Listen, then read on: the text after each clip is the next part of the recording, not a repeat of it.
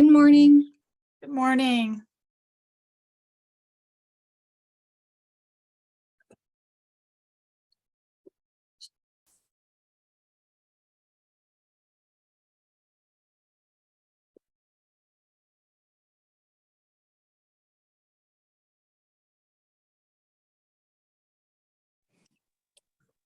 I'm going to stay off camera. I'm really sick today, so I'm just going to hang out in the background.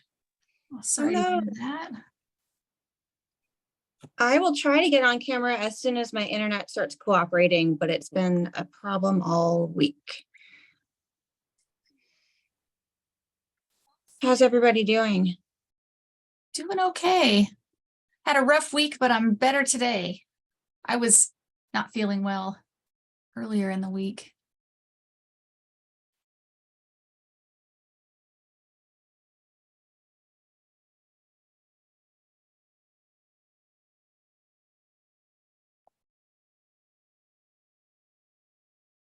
Good morning.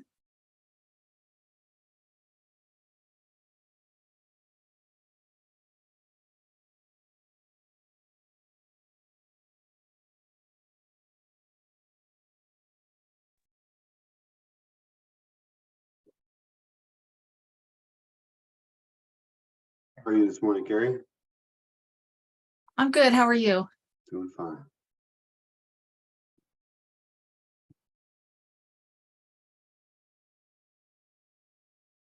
Hey, Everett.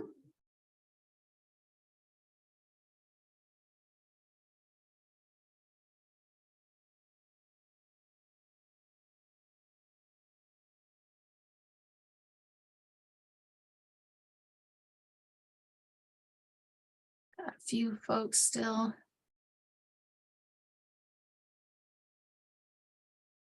Still coming. I think Bill's going to be a little bit late.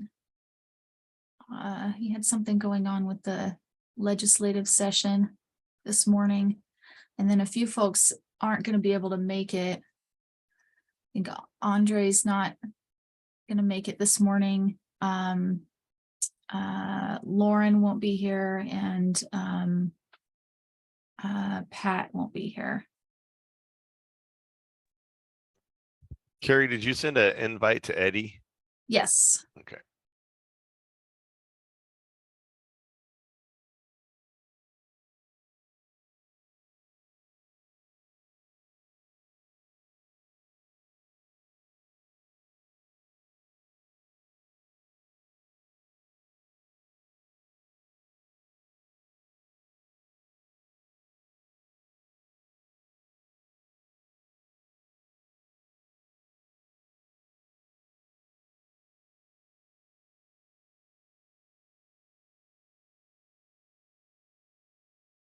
Let's see.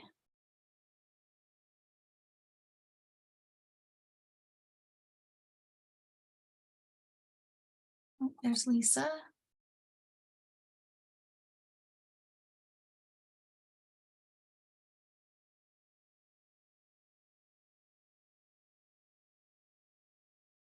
Morning. Good morning.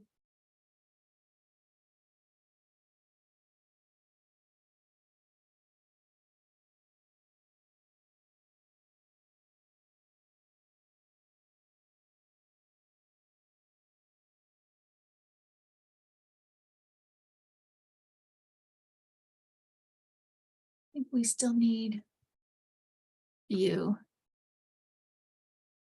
Rick and Rose.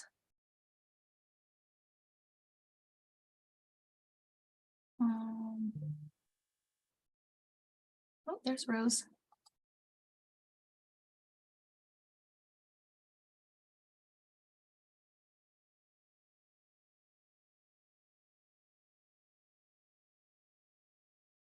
Morning, Rose.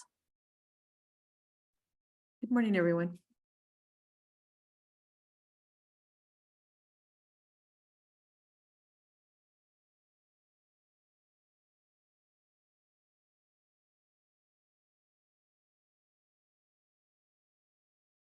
I would suggest some kind of icebreaker while we're waiting for a few folks, but I'm really bad at those and small talk, so I'm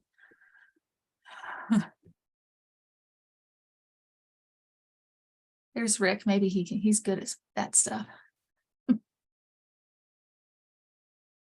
Morning, Rick.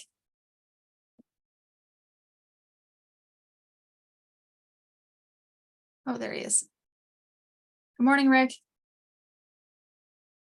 Good morning, everyone.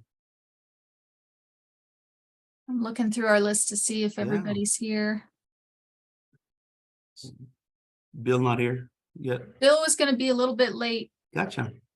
Um, Just had to go ahead and get started or just wait for it. I think I think to go ahead and get started, I'm just Okay. looking through to make sure we have everybody that said they were gonna be here. I think so. Andre, Pat, and Lauren weren't going to be able to make it, and then Bill was going to be a little late.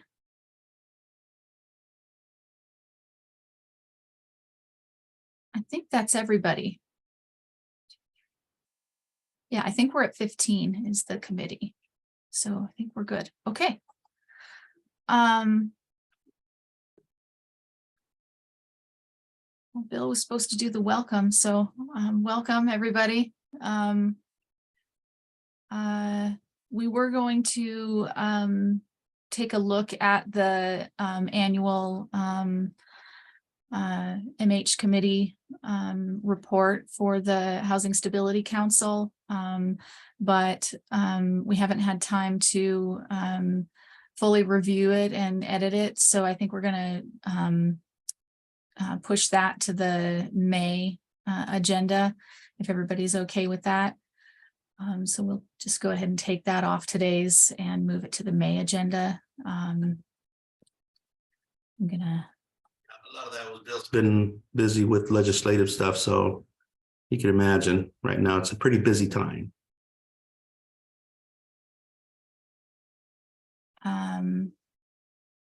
And so I'm gonna hand it over to Rick for any updates to OHCS as an agency, any changes you want to go over with the committee?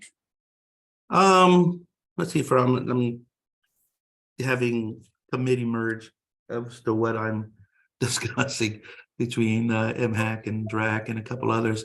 As far as updates, we're moving forward on our budget itself, and so far so good. We're looking good for looks like our manufactured replacement program will continue for a little bit longer. There he is.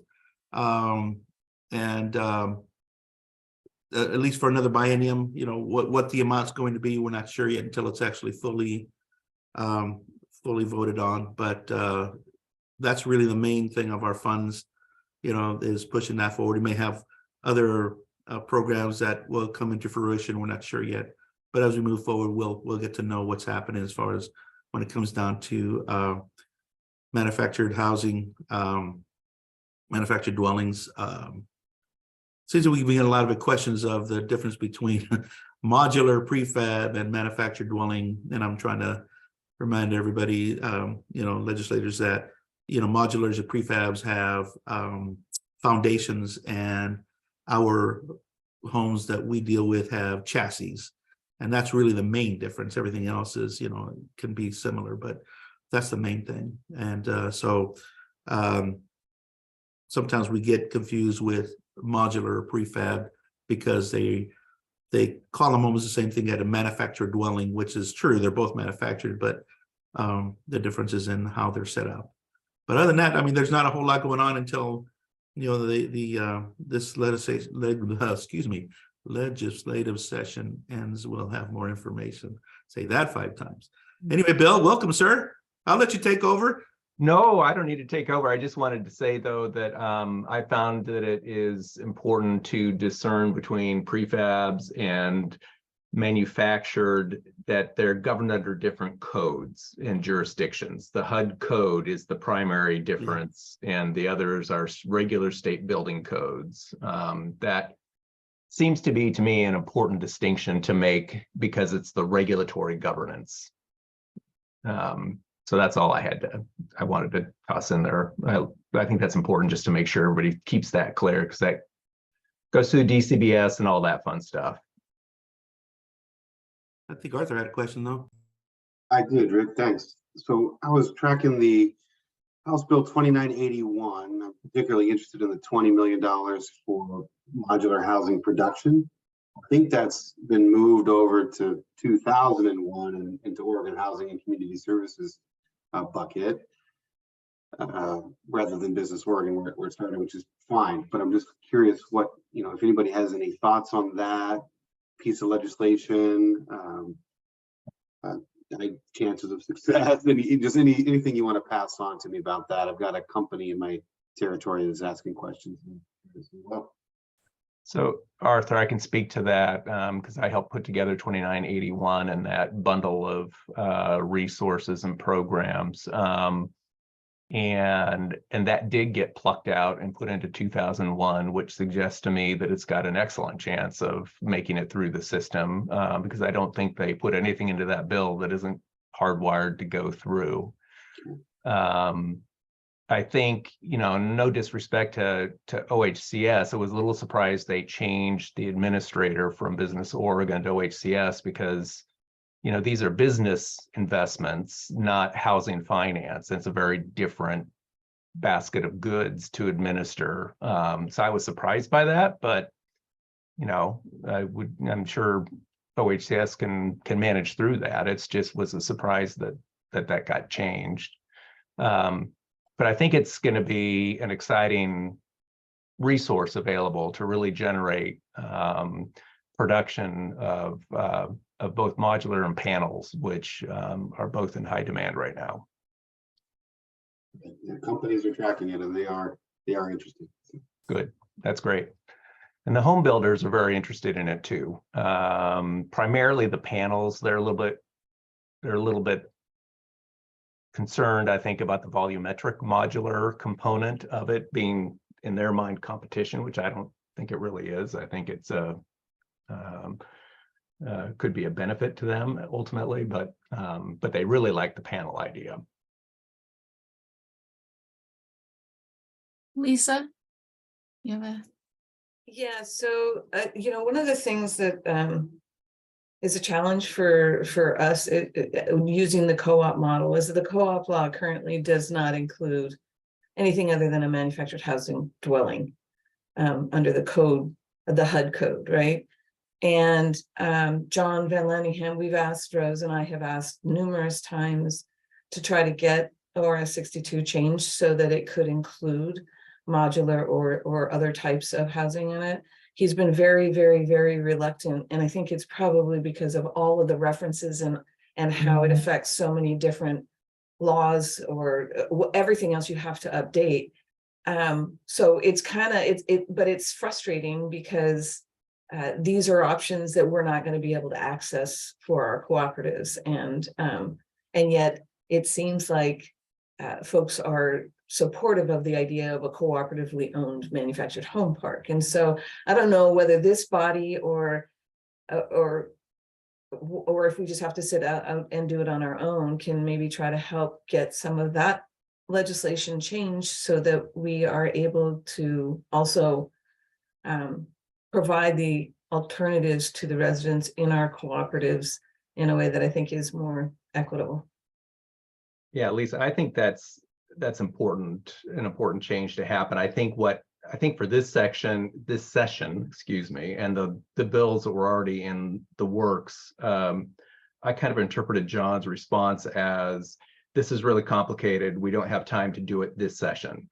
Not, I don't ever want to do it. Although, Dude, he said that I gotta tell you, the last 10 years, we've been asking for this for a long time, and every single session is too busy. but have you, I guess, have we started soon enough and actually led a process on it? You can't, I don't think it's just going to happen.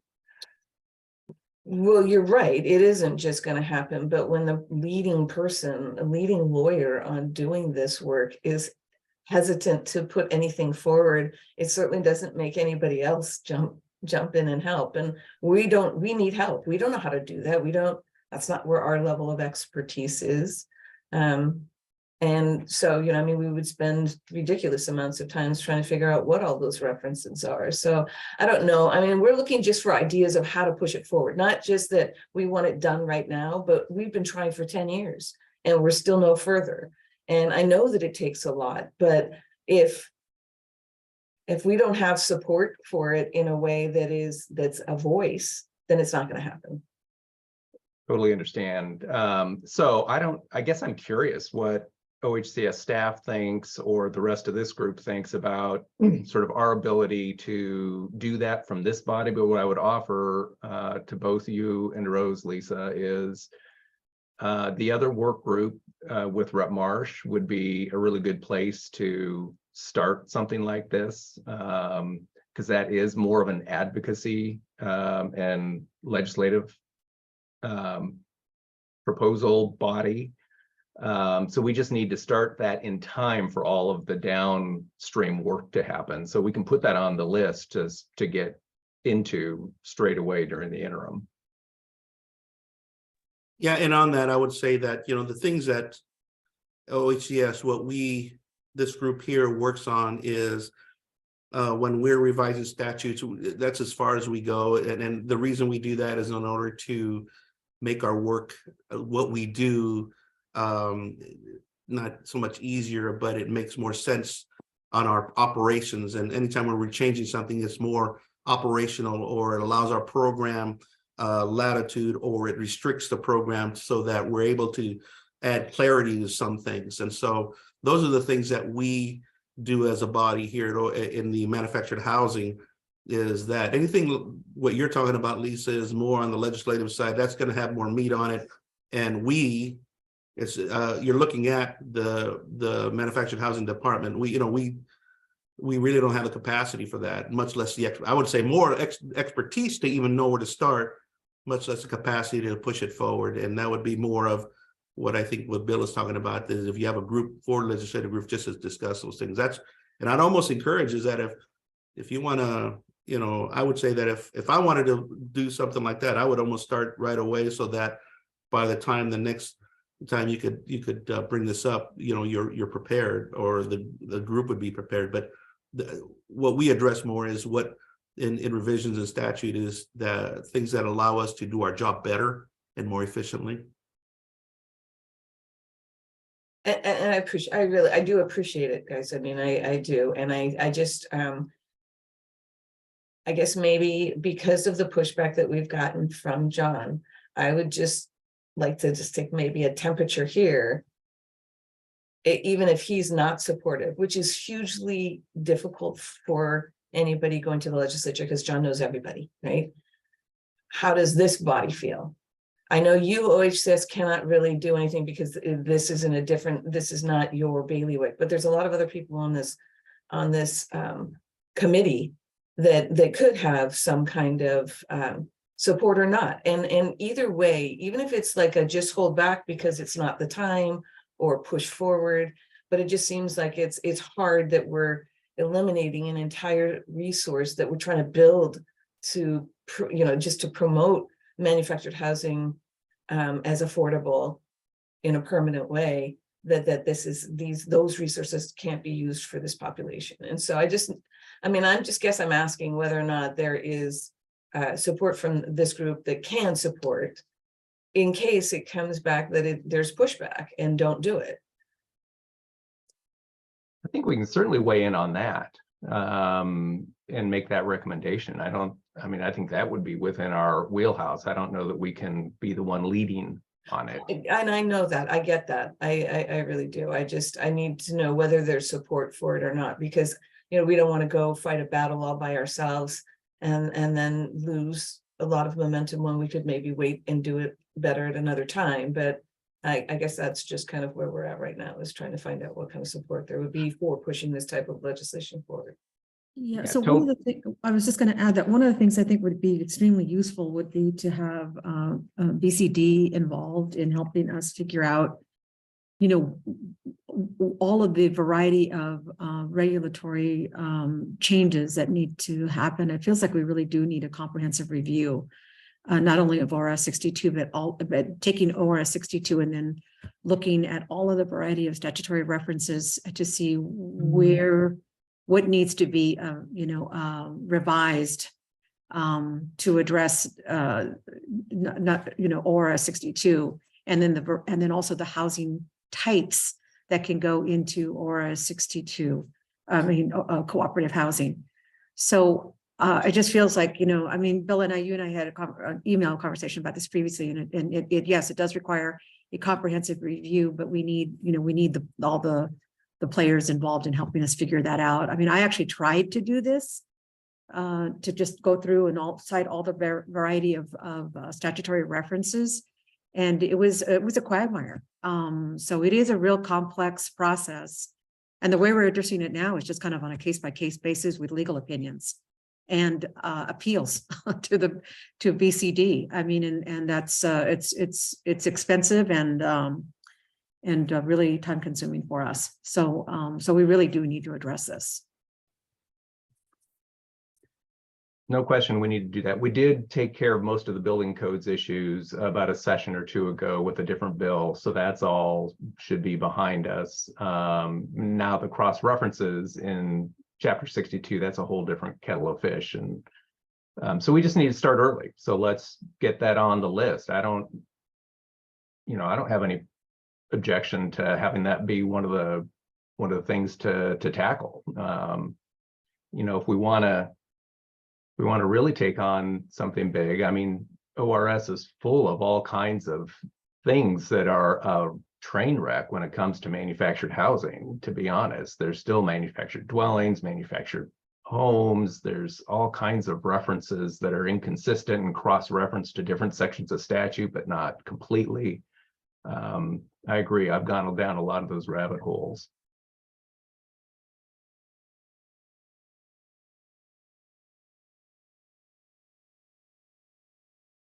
So I'm going to have you guys make sure you bring this up in our work group, in that of the work group meeting, okay?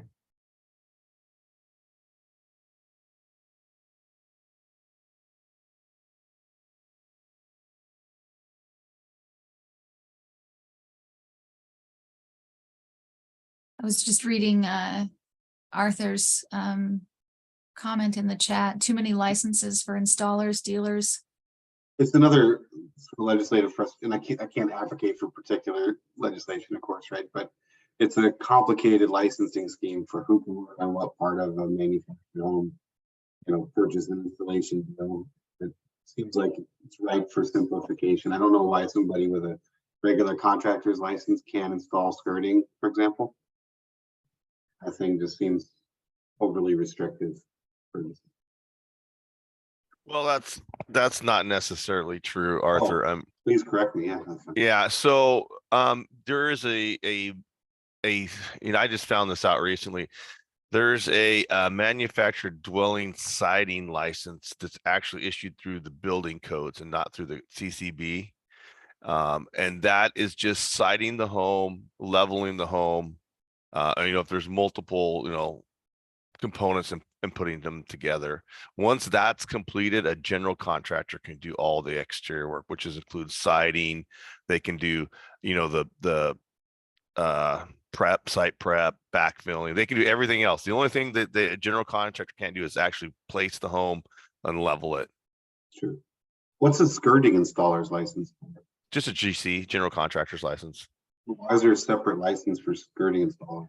There's not that I know of. There's just a siting. Okay. Because the skirting has no structural barrier, because it's Right. the home's Yeah, just a chassis. Right. I know. Yeah. And so everyone that we've set so far has passed, local building inspection, and they were just general contractors that did the skirting. Great.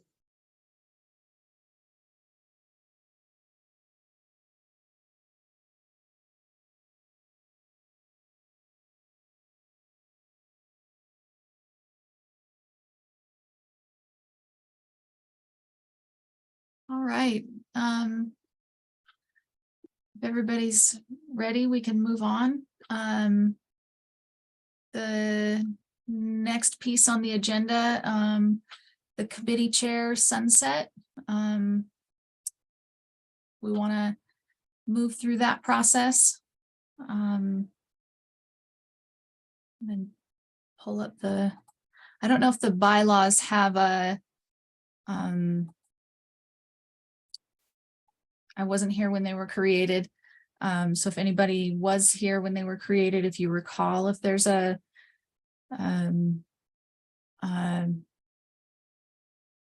like a nomination and voting process, or or if it's just did somebody volunteer and everybody says okay and then that's Yeah. that, or I had sent out sorry, but I had sent out an email to everybody individually, seeing if anyone was interested to move forward. And I know Bill would definitely clue you in on what's required as far as time and effort and stuff like that. You know, I just was waiting for, if you haven't had a chance to respond, you were chewing on it, just let me know so that we can, at least I can submit some names right now. I had one person that was interested, but I didn't get confirmation back of whether or not they would be interested in moving forward with that. But just one of those things that we just need to move forward on that. You know, it's a 2-year commitment, and then then we just do this again. But if no one has anything at this point, but just let me know, or respond to the email if you're interested in moving forward on that at this point. And I don't think, Carrie, there was no, well, for one, I was here, but I don't remember details of the conversation. I don't think there was any process discussed back then. I think I just kind of ended up by default doing it this time. But I know we just put a term limit, but didn't say this is a process for how the next election. So I think what you guys are doing is the right way. So hopefully somebody here will raise their hand. It's not a big, not a big heavy lift. I'll just assure you of that. It's not. He says, you're looking at the work right now. This is the work. They do everything else. Yeah, we don't bug you. But again, if you don't want to say here, just send me an email, and then I'll send out an email to everybody, and everybody, you know, agrees. Then we don't really need to make a big official. Just say that we'll do that. So I guess, so somebody say anything, Carrie, we can just move forward. okay. I don't know if you want to go back to the top. Do we have to, there's no minutes and stuff that have to be approved and stuff. I don't think so. I don't think we had minutes. I didn't see any. We just save them to the shared drive. I could have a committee merge again, sorry. That would be more work, Rick. You don't introduce that. You're just going to scare people away. We already addressed moving the committee report to the next meeting in May. So do we have more of a legislative update?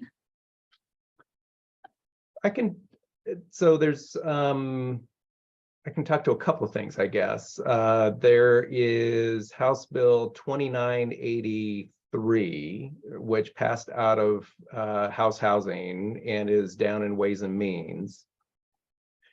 And that has, I think we've talked about it has funding requests for a number of different things. One is the preservation of parks. One is a new funding request for new park development, which I think we absolutely need. Otherwise, we keep fighting over the investors over the same piece of pie. And we need to grow the supply.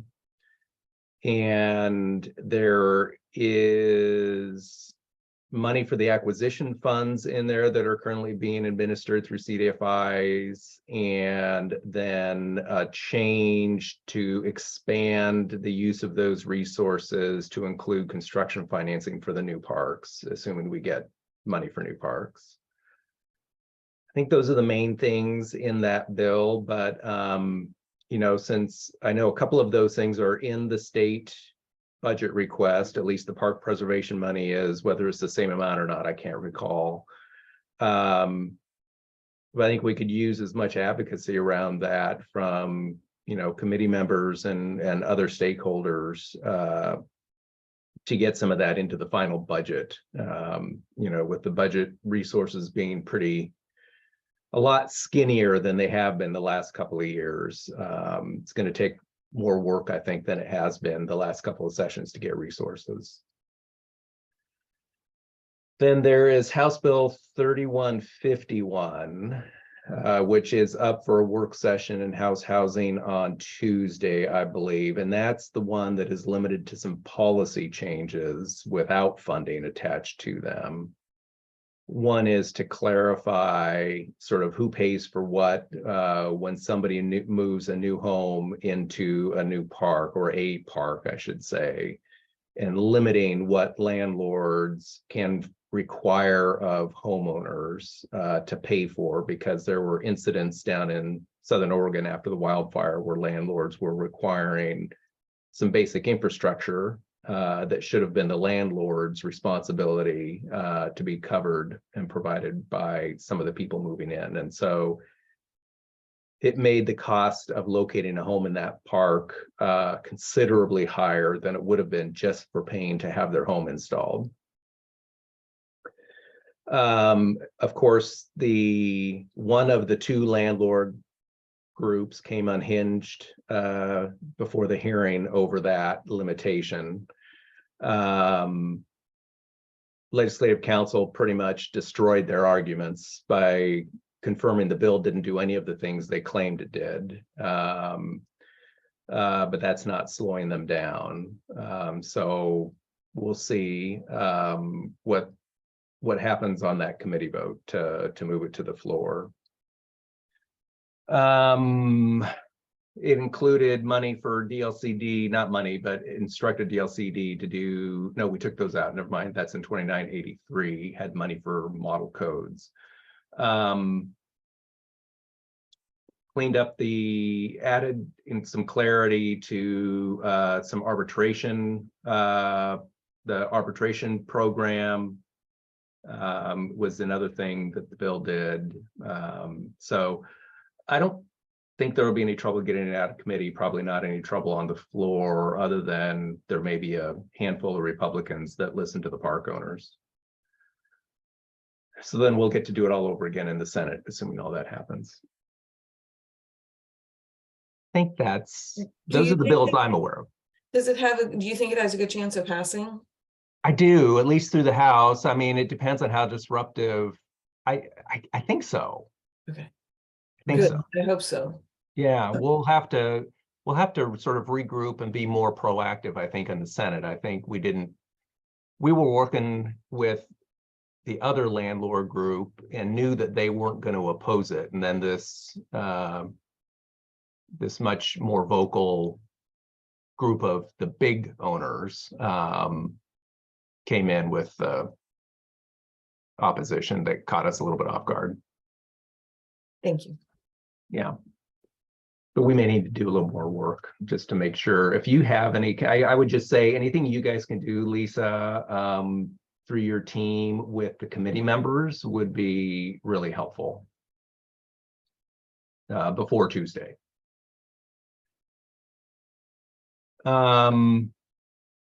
Then I think separately, just while we're on legislative stuff, just because it ties back to 22 session, the money that was funded to St. Vincent de Paul to start a new factory of manufactured homes they're making, I'll just give you a quick update. I'm on that board. They're making progress with their factory. They're in for permits to finish the remodeling of the facility itself in Eugene. They have built 2 prototypes of the single wide home. And I got to see those. Those are in the factory, just sitting there. I got to see those last week.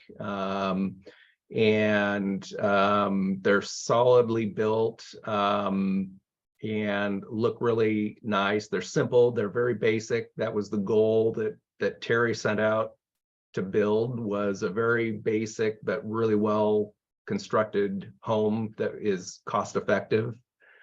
I think the price point is going to be fantastic. And so Everett, I just want to flag that for you as you're working with people coming in the door as a resource down the road, starting at the end of the year when they start to roll off the factory floor. I think, you know, there's not going to be a lot of ability to customize those. I think that's just their plan. It's like we build one thing, we build it well, and we build it cost effectively. And so you can probably choose paint and whether you want a metal roof or not a metal roof. Then we asked them to turn around and build a prototype of their double wide home straight away so that we can have people start having ability to see what those are going to look like. So, you know, but they have cement siding, so they should be very durable. The single wide has a heat pump. It actually helped them keep the costs down because there's no ducting they had to deal with. And that lessens chances for things getting dinged up during installation, improves the insulation in the floor. You know, there's just a lot of benefits to that. So my fingers are crossed. It's going to at least open opportunity up to a slightly bigger group of potential buyers. Nancy asked about House Bill 2001. There's so much in 2001. I think, you know, again, I think the investment in the modulars is the big thing for this group. Nancy, are there particular things you're interested in 2001? I'm not an expert on that bill. It's got so Yeah. much in it. I'm sick, so I'm not on camera, but this says I got a reminder from one of the park owner groups. It said that what they want to do is extend the I think if I've got the right bill, they want to extend the eviction notices from 72 hours to 60 days. Is that the right bill?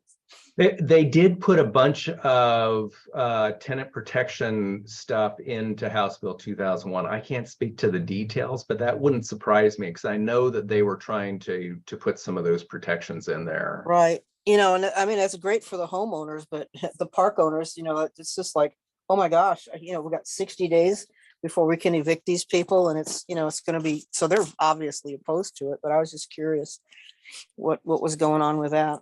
Yeah, that doesn't surprise me because I do remember seeing that the Owners Association for Multifamily Projects, Multifamily Northwest, was complained that they didn't like something about that. I'm guessing that's what it was because that would apply to apartments probably too. Well, yeah. Okay, thank you. Yep. Sorry, that's way more time than you probably wanted, Carrie. Not at all. I was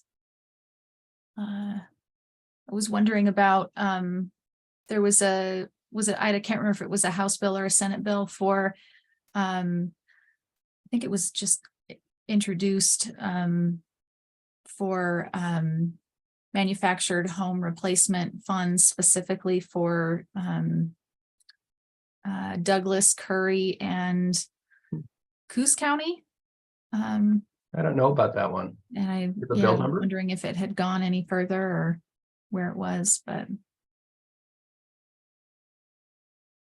Yeah, that was an interesting one. Do you have the bill number on that, Carrie? not off the top of my head now. If you can find that and send it out, I'd be curious in understanding what that was. I can do that. Yeah. I'll look. You're gonna look it up, Shauna? That's great. Thank you. Should we go to the pipeline? Yeah, I can talk about the pipeline while Shauna's looking that up. Oh, can I just back up real quick? Sure. I think OHSS's budget was up last week at Ways and Means, if I remember correctly. I know there were some pieces in that budget related to manufactured housing. Was there any discussion about those pieces in particular and any feedback from those hearings?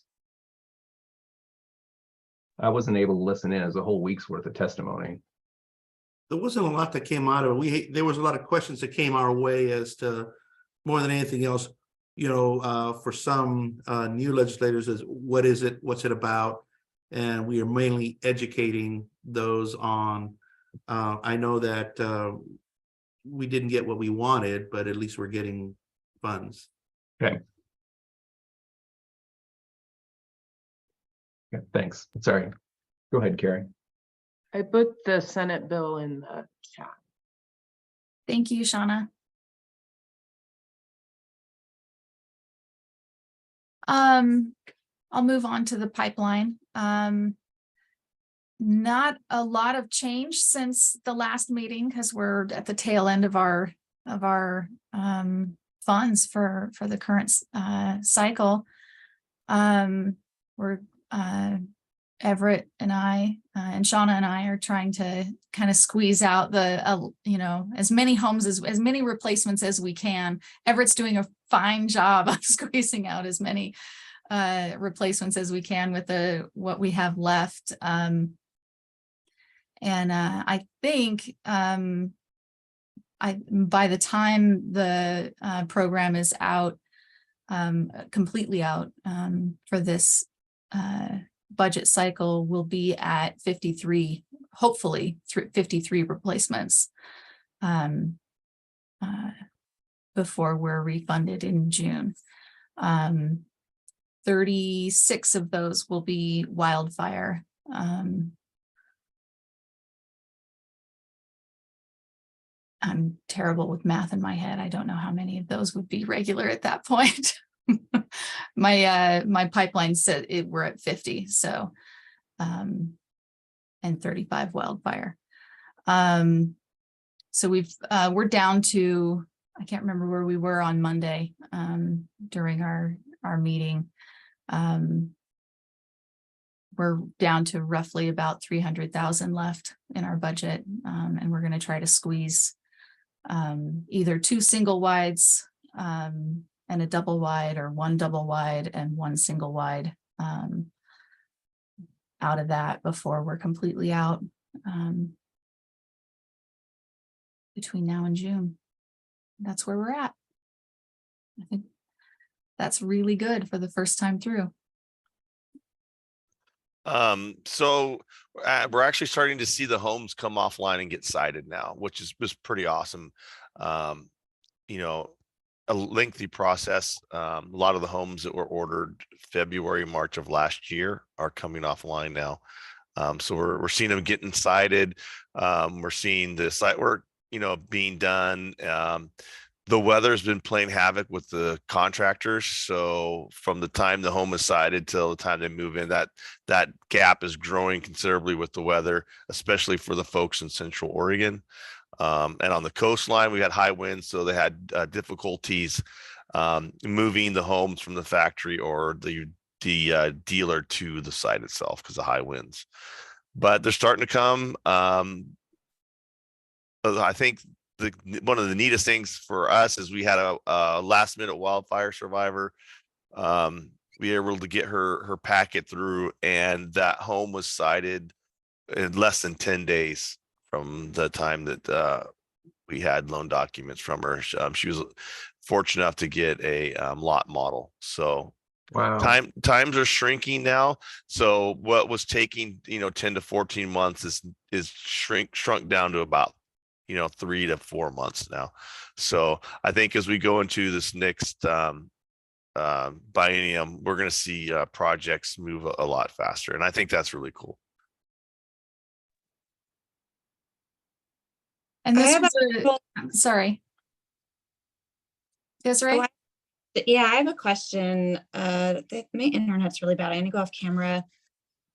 How is your experience of the landlord agreement around keeping the house affordable and the forgiveness of the loans. Are those two components, we all kind of developed those a couple of years ago with some assumptions, and I'm curious how you're seeing those play out, and if thus far it's successful and a model you'd like to replicate, or if there are things that you think should be adjusted or modified to either have a more secure situation for the homeowners or anything else. So I'm curious how that's going. Are you referring to an agreement in a private park? I think so. Yeah, I think that I forget what it was called. Oh, I forget what it was called, but there is it wasn't an affordable, it was some kind of agreement that I remember working on with Chelsea a long time ago for the private parks. But then all the loans have that forgiveness, or all the subordinate loans have that forgiveness portion. Yes, all the loans are forgiven over 10 years. We haven't placed in a private park yet. In the statute, it's referred to as a regulatory agreement that we would have with a private park.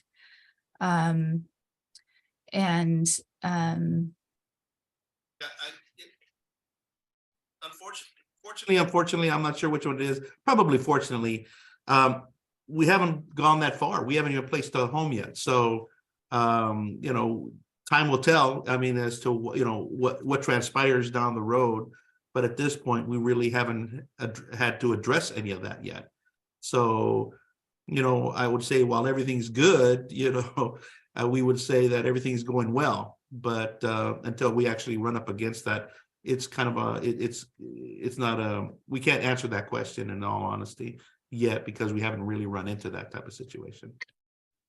Is it because the private parks or those folks, the regulatory agreement is too big a barrier, or is it because you just had such a demand from non-park properties or co-op or otherwise non-private parks that it just hasn't come up?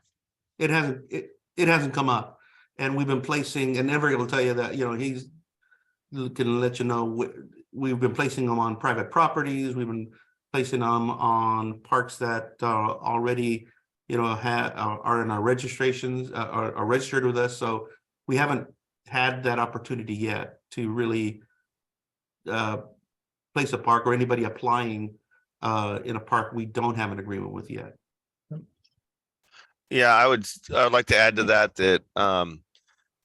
depending on what our budget's going to look like, I can confidently say it'll be eaten up by just preserve parks alone and fee simple. If we'll see what the budget looks like, if we can get enough money where we can expand outside of that, because like I said, right now, I mean, the demand in the preserve parks is probably about 150% of our estimated budget for the next biennium. So we might not even do any fee simple on this next biennium. Do you have is there any sort of prioritization or allocation preferences in how you administer the resource? First come, first serve. Okay. Two things. One, I see there's sorry, 3 in West Side Pines, I think, which is great. I hadn't realized we'd gotten the additional, I think I'd heard of 2, but having 3 in that one co-op is fantastic. And it looks like there's a couple in Umatilla County. Are those in partnership with the Umatilla co-op? Yes, we have 4 with Umatilla now. We've got a couple with another preserved park now, Elk Meadows. Oh, good. Great. How many in Elk Meadows? Everett, 2? Yeah, but there's probably 5 that are I mean, as soon as we get the green light to flip the switch, I'll have at least 5 from there. Okay. And then we've got working with Eddie Cepeda from Energy Trust. We probably have at least 10 in McMinnville. I can't remember the park in McMinnville. Okay. For the parks that are co-ops, it looks, I mean, the West Side Pines ones say co-op, but the one I see for Elk Meadows just says Elk Meadows. Could you put co-op after that on your pipeline, just so it's really Definitely. clear? Because that helps us know that these are mission-based placements. Definitely. Drake, Desiree? you still have a question? And then my follow-up on that is, because we haven't had that many requests for financing, are people able to pay the gap out of pocket, or is OHCS, have you been covering a much greater amount of the cost? Or I'm thinking about just the next year and what we should be preparing for, or the sort of demand that we all should be thinking about, whether it's a CRAF 3 loan or not, is secondary to just where that need is and how to address the gaps. That's a good question. I would say, man, this is so, you did a couple of small loans in some of the preserve parks. The other folks had enough resources to cover their gaps. But moving forward, looking at some of the parks that we're talking to, I think there'll be a need for your loans. How big of loans, I don't know. Well, we're flexible. I mean, initially, when we were working on this many years ago, we all thought that it could be as simple as a $30,000 loan, and someone could have a couple $100 a month payment for a new house. And obviously those days are long gone. But if that is the reality for some folks, then that's great. It's a good source of more stable housing.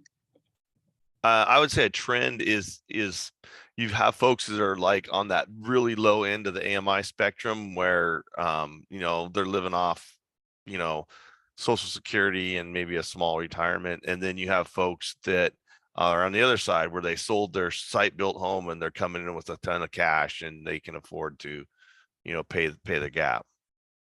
Mhm. Right. Got it. Thanks.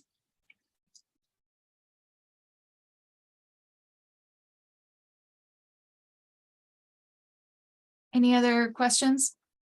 No, I would just think from this group's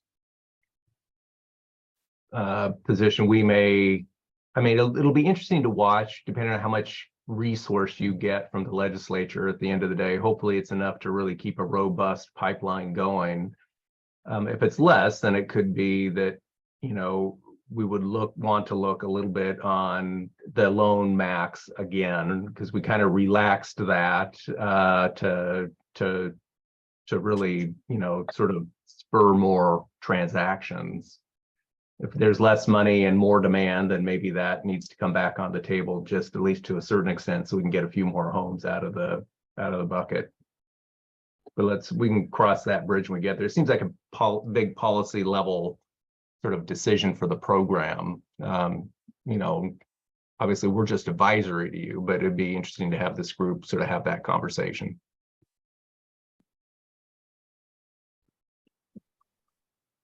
This is great though, and just the simple math shows what 80,000 per home in average state subsidy, which is great.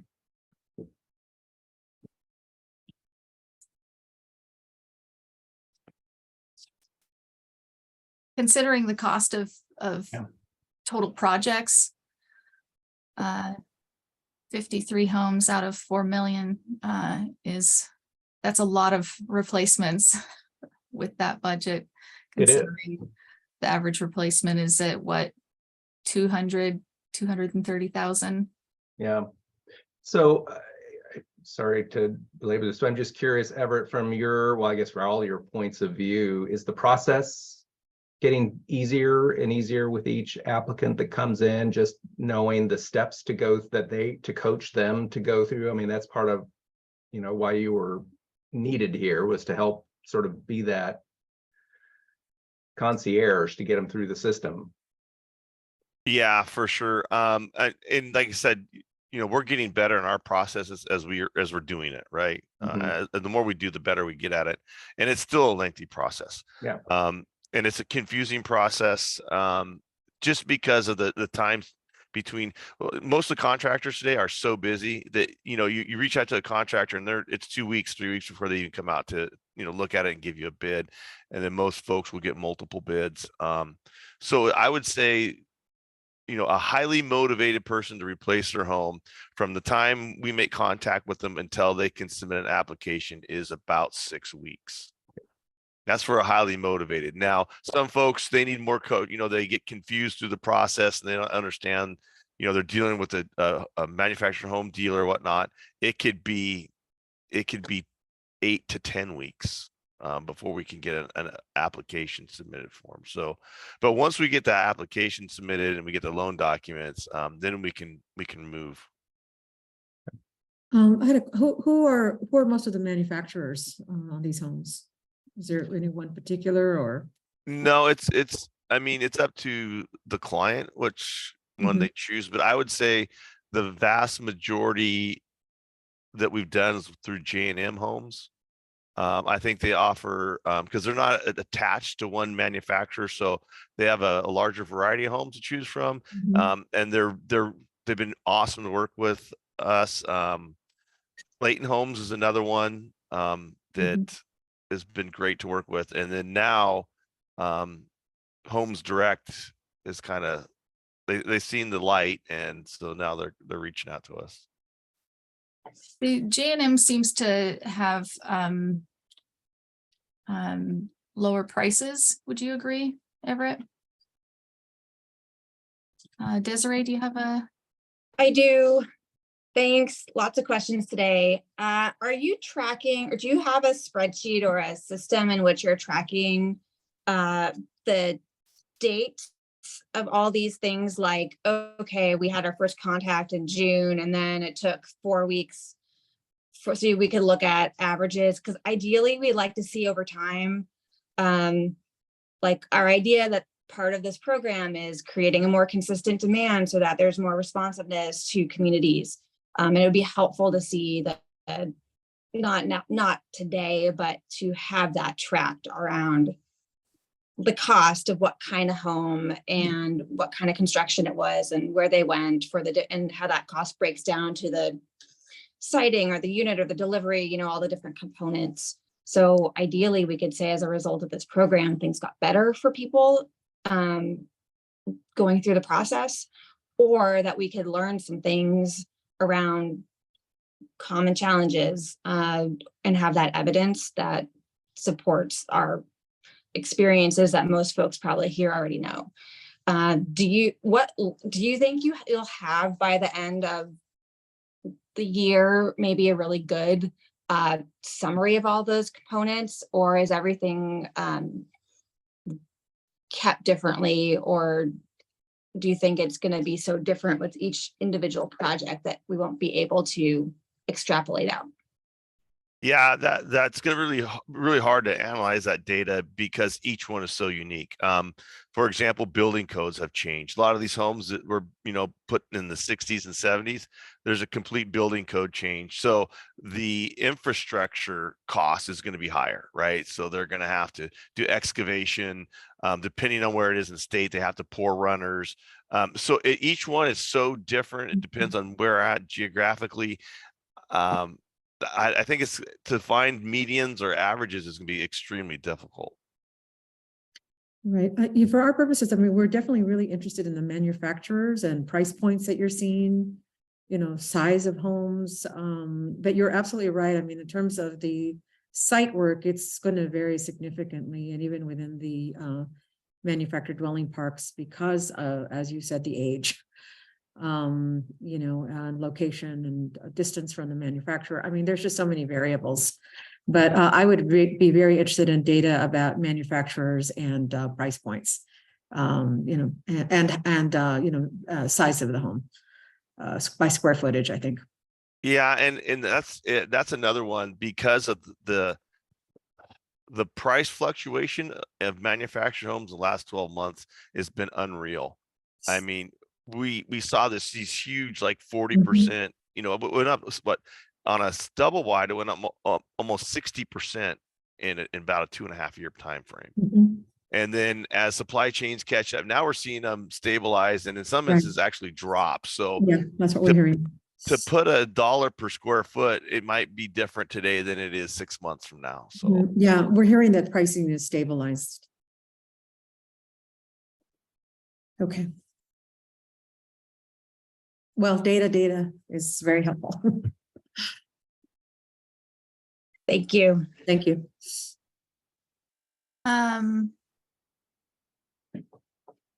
Anything we want to cover for our goals for, I think we kind of touched on what we want to do for 2023 to 2025.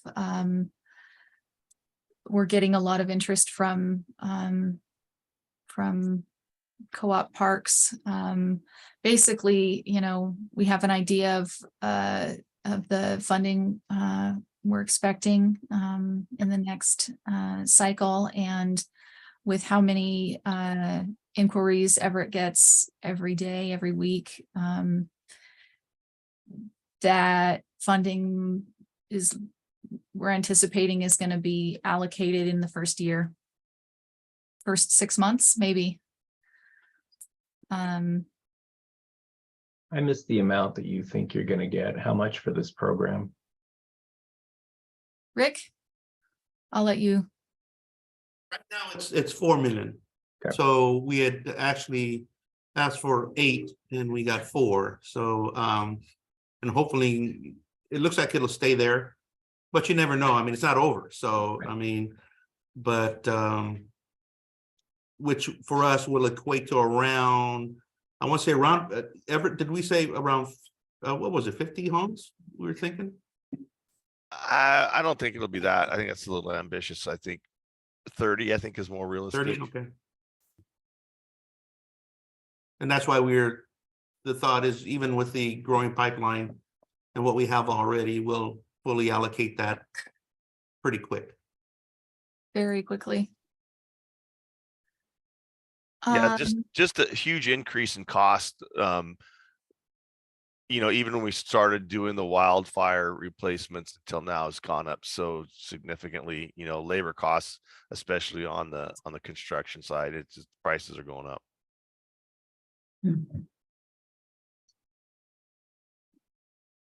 Well, hopefully the St. Vincent de Paul factory will help with that. And then there may be another policy decision to make too. If you limit the amounts, so spread your money farther, people can still get into a good home. And I'm not just trying to advocate for St. Vincent de Paul here, but it's a fiscal thing where you can help more people and still get them what they need. Hey, Everett, one more question for you around the replacement homes. Are you finding that homeowners are having to get separate heat pumps as part of the manufactured structure, or are those being included within the structure? That's a good question. I would say the people that have the means will purchase that package. And basically how it works is, you know, Rick and I went down and we toured Palm Harbor Homes. So they'll build the home heat pump ready, but they're not in the HVAC business, so they'll have to get separate contractor, right? So they'll actually obviously do a heat pump, but for the lower income folks, I mean, you're looking $5,000 to $8,000 for a heat pump, and that's a huge expense for the folks that are around the 30% AMI area. Right, but there are rebates available now for heat pumps through ODOE. There we go. Yeah, Odo and Eddie Sapita, he's also working that through Energy Trust. So yeah, there are rebates, but I think that initial sticker shock just it freaks a lot of people out. Sure, you know? sure. Okay. Have you talked with Odo about, oh, sorry. I was probably going to say the same thing as you, that there at this point, or maybe after this session, there should pretty much be free heat pumps for anyone that is as low income as a lot of the clients that we're serving.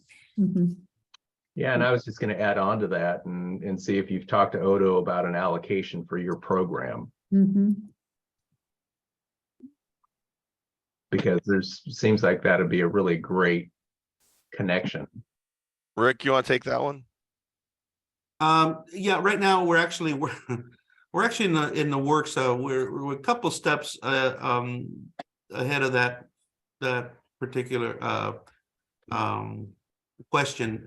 We're actually working with our own energy department on getting some of their funds allocated to us in order to help with energy costs to add that to the project.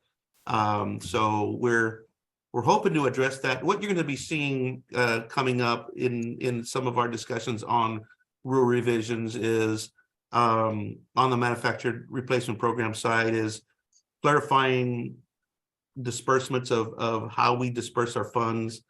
And then also we're going to be adding in the energy funds coming over to us so that we can add that to just specifically to cover some of these costs of the heat pumps and making providing better equipment. You had a question, Desiree? No, I don't think so. I should have my hand down. Okay. Yeah, but yeah, we're working on that. And so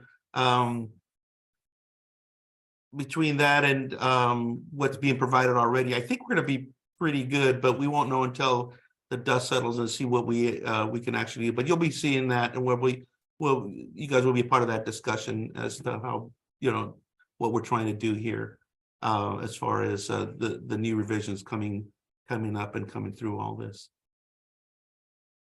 At the end of the day, I can't force a client to purchase something for their home, but I can tell you, between Eddie and I, as hard as we can push, we pushed for them to purchase a home that is heat pump ready. I mean, I don't know if we can put that in the rules or not, but it's huge because it saves a ton of installation costs, a ton. We do have I think it's in, I can't remember if it's in statute or rule, but there is the energy efficiency threshold, right? So at least they have that. Okay. There's another recommendation this group could make, right? If you want us to think about whether we should add that requirement that they be heat pump ready, we could take that on and have some conversations about that down the road. And it is in the weatherization rules that not that they have to purchase specifically a heat pump, but that their source of heat is electric. So that gets them closer, I guess. I would certainly support that. I'm confident the Energy Trust has already done a pretty comprehensive analysis on payback rate and the benefits of all those options. And so that information could help make the case, or in the upcoming months, there will just be enough resources that option for the folks parting in this program that could be free. And that would eliminate another barrier.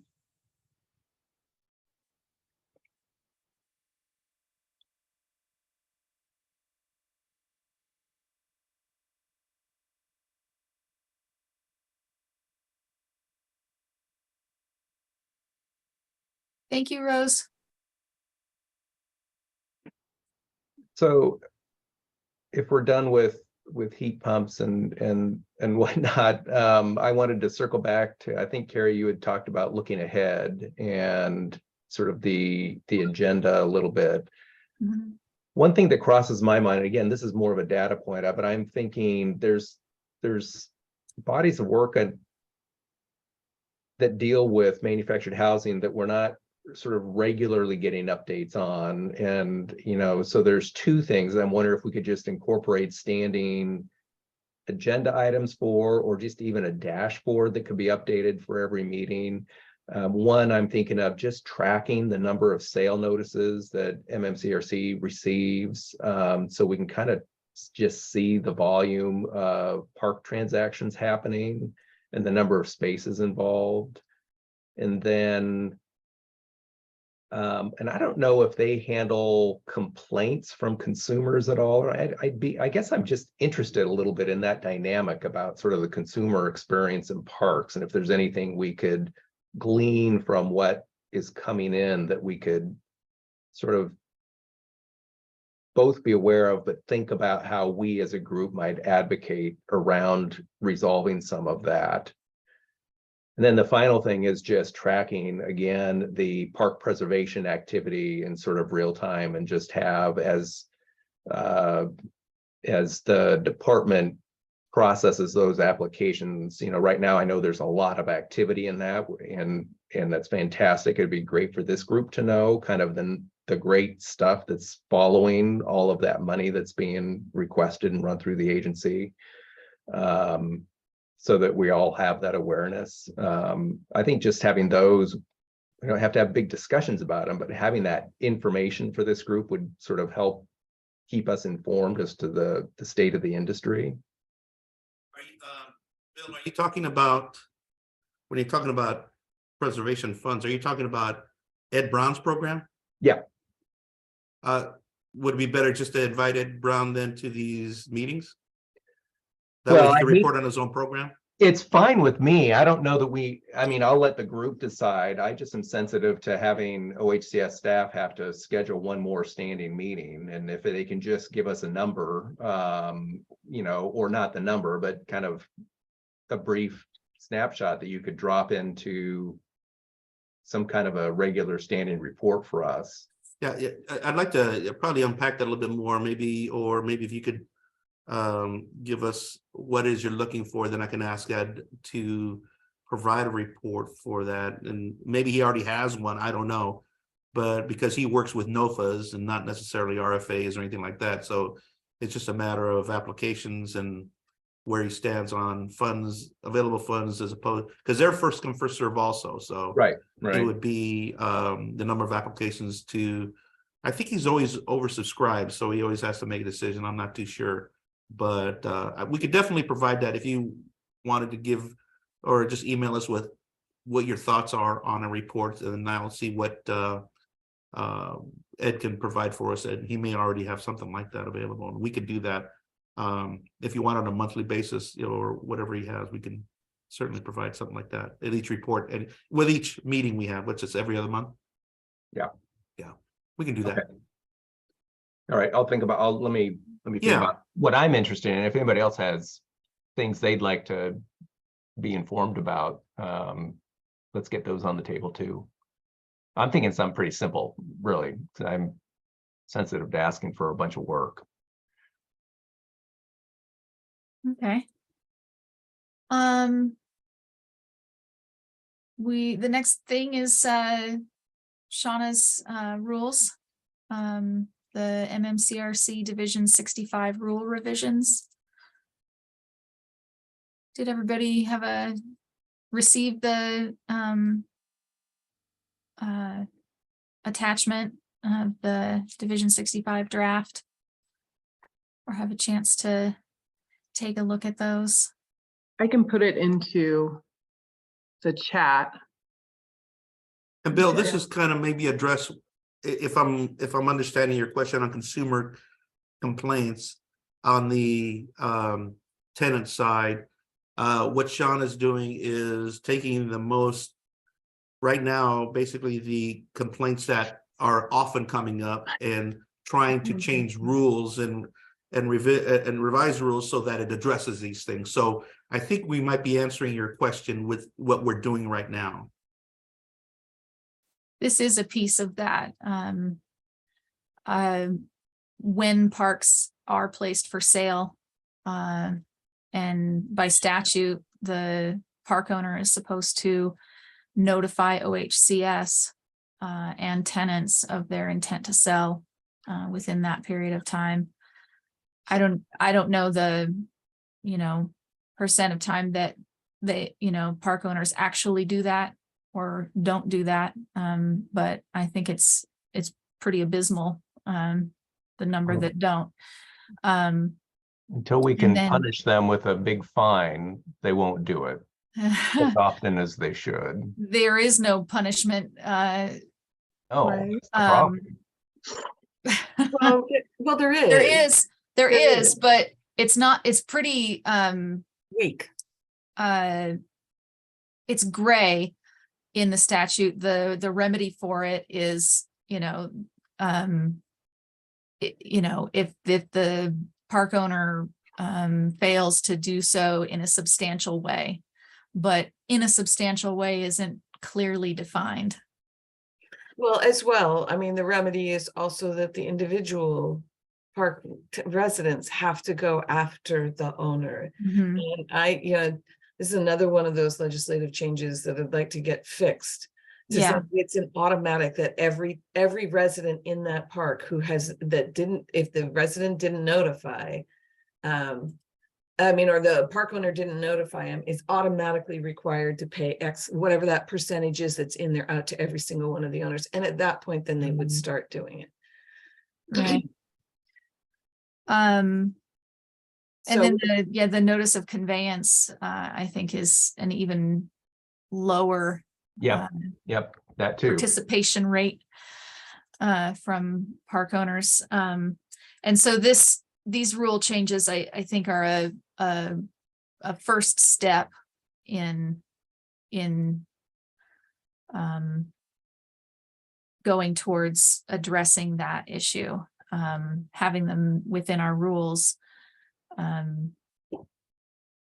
is absolutely necessary. And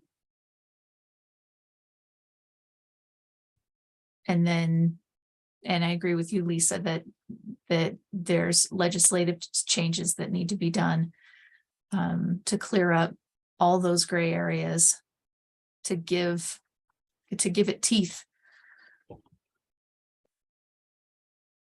Yeah, I mean, we was gonna change it to must instead of shall. I mean, I'm more into like the wording part than the legislative. Carrie understands it a lot better, but I think that like also what you had said, like how do we hold them accountable when we have these rules? And then I think people have shared that, if the owner, Ken will say, well, there's the owner and then there's the landlord and then there's the property manager and then there's, so there's all these different people involved when they do go to the mediation to maybe resolve it, or the park will hire an attorney and just have the thing dropped. So, given all that, I get all this information and then I write the rule.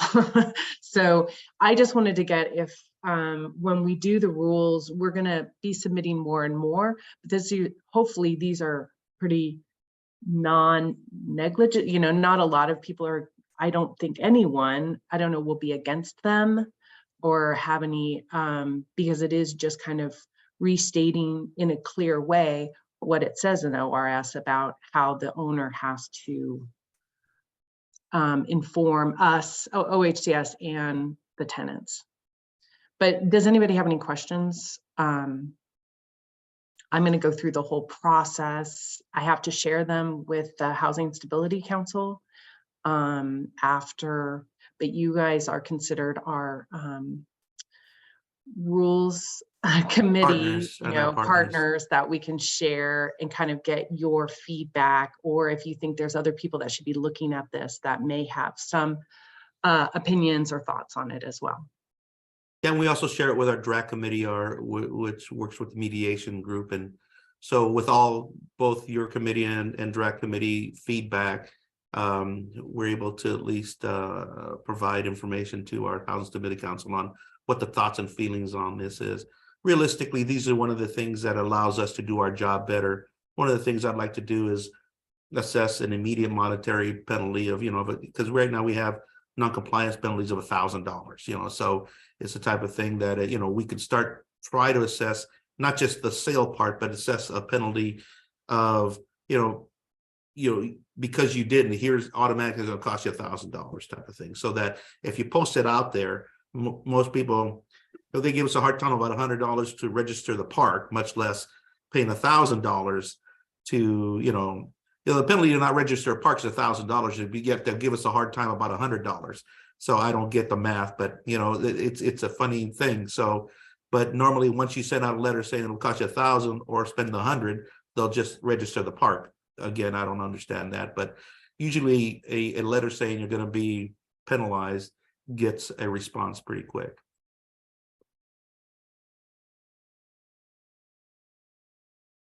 Lisa, I'll Yeah. need your judgment on all these rules since you actually live with them day in and day out. Or rely on you to, and you don't Yeah, have to so do I it right think- now, but So I think what we're gonna do is probably put a list of suggestions together. Rose and I and Peter will work on those, and then we'll bring them back to this body. And just to get some feedback before we have our lobbyists try to do something with it for the next legislative session to change things. Shauna, are you still looking for input on this draft of rules? Yes, Okay, so and Lisa, you can send it via, I mean, email, or if you have something right now, I can write it down. so just working with this red line, if there's anything that jumps out, Lisa, again, Yeah, let me look at it and then Yeah. I'll email you, Shauna. And just know it's not the final, I mean, it is the final, but then I think it's just the beginning of many changes that we're gonna make. So, I mean, you probably already knew that, but I think it's just a lot of stuff we have to clean up. So we're just kind of starting baby steps. Okay,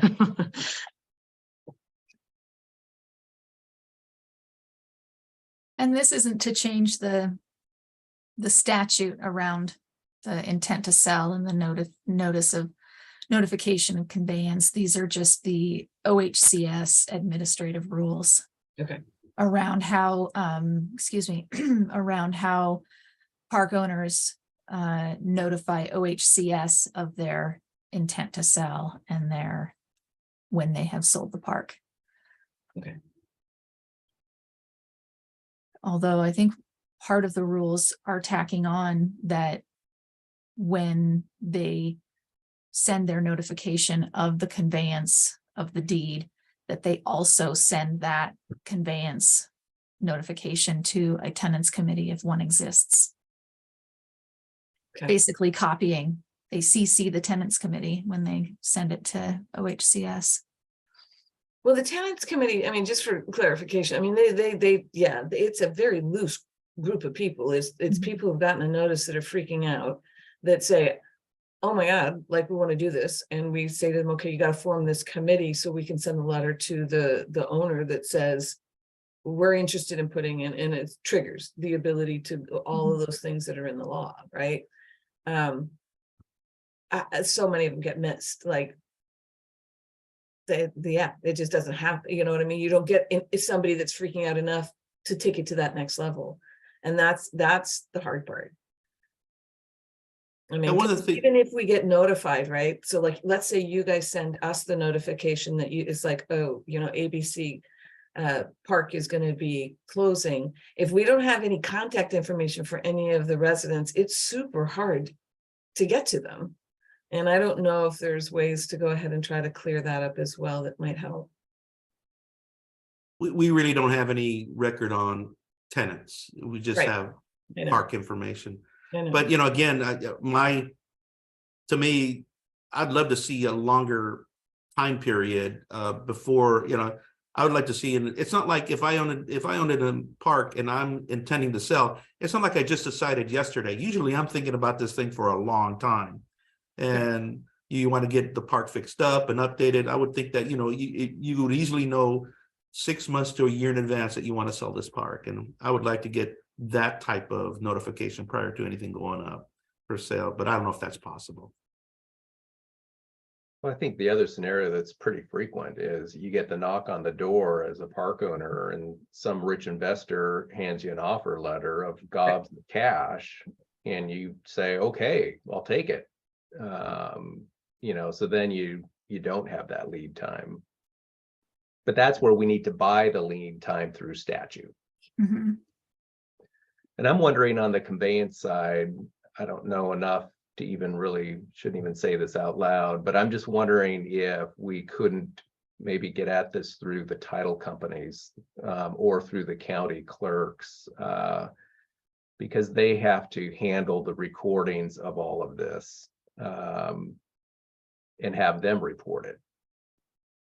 There's a, somewhere between, I don't know if it's 90.850 or 848, or there's a affidavit that park owners can file, but it's voluntary, stating that they have sent out the notification of their intent to sell, and that they have followed all of the, notification of conveyance of deed, that basically attests to their following all those laws, and the buyer's ability to rely on that for the sale, for the title. They can rely on that affidavit. Hmm. And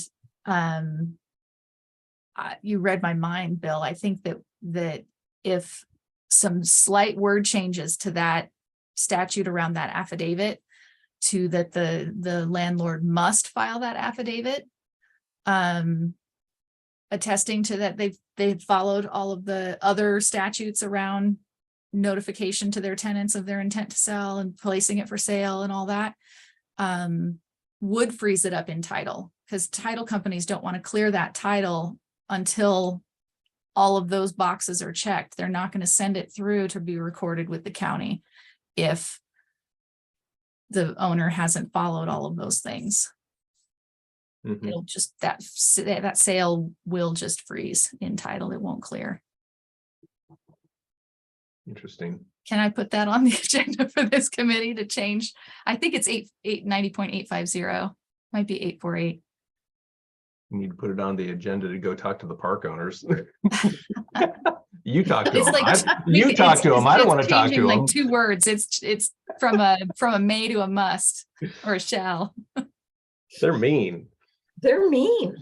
They're just plain mean. They will protect their money to just forever. I mean, yeah, it's sad. But yeah, they're mean, but I think we have to start just putting on our armor and throwing some of those spears back at them. Yeah, and Lisa, when you're discussing, with Peter and Rose, I mean, I really, I mention it, but I really would like to see a longer time span between the notice of intent and the actual time to sell. Because right now, what is it, 15 days? I mean, oh my gosh, give me a break. So it's just one of those things that I'd like to see.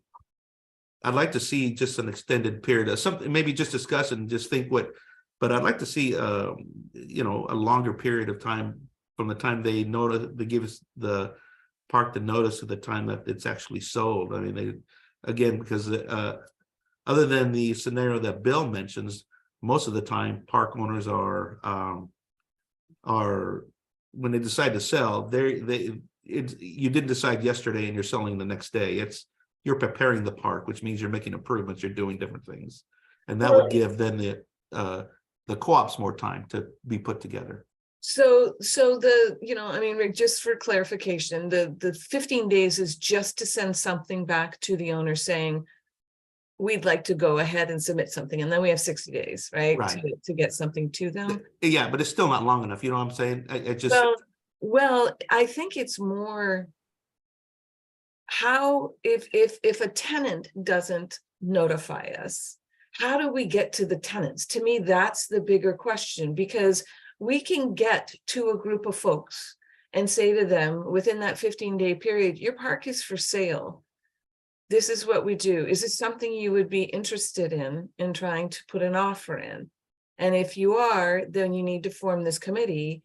Yes, additional time will be good. I don't think that we would have a lot of argument on it, because 2 weeks, as long as we're getting the notice and we have contact for the people, 15 days is okay. But if we don't have that information, you're right, it has to be longer, but I think there's a way to make it even more streamlined. I don't want to make, if the residents have no interest in buying the park, even though I don't like most of the park owners, because I don't think they care at all for the residents, I think that at the same time, that's their business, that's their investment. I don't need to hold them up just for the sake of holding them up. That just doesn't do anything for anybody, right?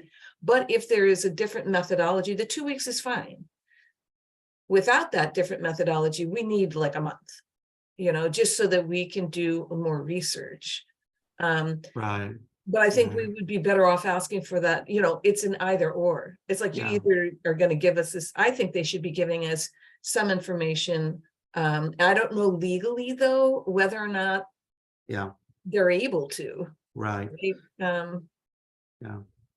No, I'm just looking at the time also. So it's just something we can discuss. It's just something that I'd like to at least, whether we table and discuss it and chew on and figure out how to get it done. But it's just something that, you know, I think we would want to take a better look at. But anyway, that was it. I just want to, it's 10:29 and I want to make sure we completed what we were trying to do.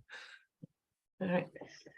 Thank you, guys. I appreciate this. And we will, Rick, we will look at the, Shauna, thank you for sending that, and we'll look it Great. over. We'll talk about it. We'll make, we'll, if there's any suggested changes, we'll make them, or additions to That more. would be great. Okay, all right, perfect. Thank And we'll try you. to get it back to you by next week. Oh, thank you. Just real quickly, Everett, on that bill, Senate Bill 841, if you looked at that, are those programs that they cite, the statutory references, your existing pot of money for replacements? It's different accounts. Well, we saw it and there's not a lot in it. I'm sure you read it too. Yeah. So, yeah, I think our question is, yeah, obviously we'll administer it, but you know, it's locked into those 3 counties, so. No, I know that's fine, but I'm just wondering, I have to go look, is 458, 356, what got established for your replacement program in 2019? Or is it yet a different account? Sometimes LC grabs the wrong accounts because they don't know what they're really looking for. So I guess I'm curious where this money's being directed. That's something we probably need to look into. Yeah, there's 2 different statutory references under funds and accounts and loan programs. I'd look at both of those and make sure they're where you want it to go. Before we end, would the other committee members have time to take a look at that draft of the Division 65 rules and email? Thank you, Lisa. Maybe email Shauna if you have any notes on it or suggestions. I'll do the best I can. I'm up to my eyeballs in legislative stuff right now, so. Just if you can. I'm sorry. Or have any strong opinions on it, it would be helpful. Anything that makes it stronger is good. Thank you. Thank you, everybody. All right.